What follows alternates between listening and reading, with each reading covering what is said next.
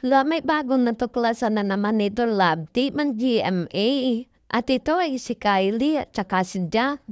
Ang lakas ng chemistry ng dalawa. Ako kilig na kilig sa kanilang dalawa. Ang ganda ng samahan nila. Komportable sa isa't isa.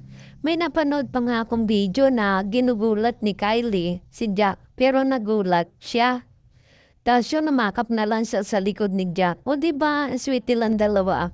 Komportable sa isa't isa. Maganda yung sama nila kaya lumalabas, maganda yung chemistry nila. At saka di hamak naman talaga. Gwapo naman talaga si Jack Roberto. At nakita ko na yun sa Showtime.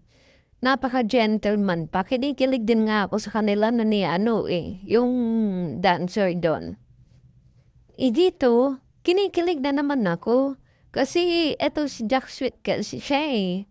Parang bait-bait niya, tas gentleman. 'Di ba? Dati rin ako maka-Jack B. Basta sino lala mapunta kay Jack, basta yung mamahalin talaga siya.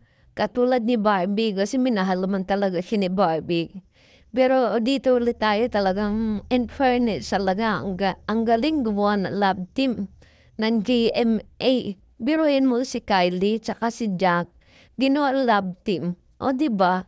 Parang ang layo, pero may chemistry at bagay na bagay at talagang kilig na kilig tayo. Hindi lang ako sigurado, pati kayo kinikilig.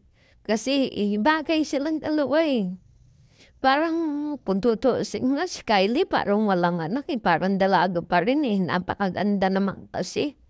Ang puti-puti pa, grabe ang ganda niya. Tapos bumagay pa si Jack na kalog, kalabiro, tsaka gentleman, tsaka mabait talaga siya.